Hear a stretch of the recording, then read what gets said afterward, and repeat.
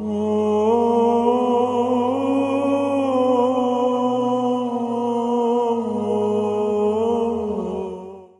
باللہ من الشیطان الرجیم بسم اللہ الرحمن الرحیم السلام علیکم ورحمۃ اللہ وبرکاتہ۔ پارہ نمبر 25 میں موجود سورہ شعراء، سورہ فصلت اور سورہ دخان کے چند اہم نکات۔ سورہ شعراء آیت نمبر 37 میں ارشاد فرمایا، بڑے بڑے گناہوں اور بیہودہ کاموں سے دوری اختیار کرو، اور جب غصہ آ جائے تو معاف کر دو۔ سورہ فصلت آیت نمبر 51 میں ارشاد ہو رہا ہے، جو نعمت تمہیں دی جائے اس کی نسبت لا تعلق نہ رہو، اس کا شکر بجا لاؤ اور مصیبتوں اور مشکلات میں ہمت نہ ہارو۔ سورہ شعراء آیت نمبر 27 میں ارشاد ہوا، ہر کسی کو اس کی مصلحت کے مطابق روزی ملے گی، اور تمہاری روزی میں اضافہ کیا جائے تو زمین میں فساد اور گناہ اور سرکشی پھیلاتے ہو۔ سورہ شعراء آیت نمبر 30 میں ارشاد فرمایا، تمہاری مشکلات تمہارے بہت سارے گناہوں اور بدکاریوں کا نتیجہ ہے، البتہ خداوند متعال تمہارے بہت سارے گناہوں کو معاف کر دیتا ہے۔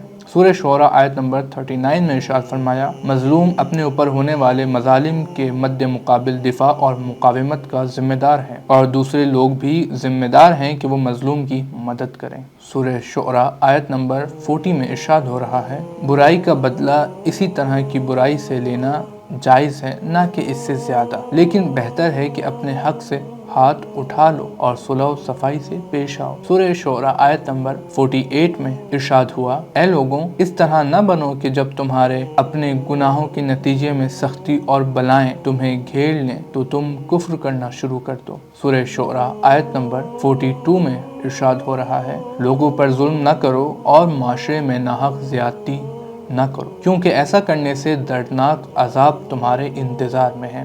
سورہ دخان آیت نمبر 41 اور 42 میں ارشاد ہو رہا ہے، قیامت کے دن کوئی بھی کسی کے کوئی کام نہیں آئے گا، گناہ گاروں کی کوئی بھی مدد نہیں کی جائے گی، مگر یہ کہ خدا کسی پر رحم کرے۔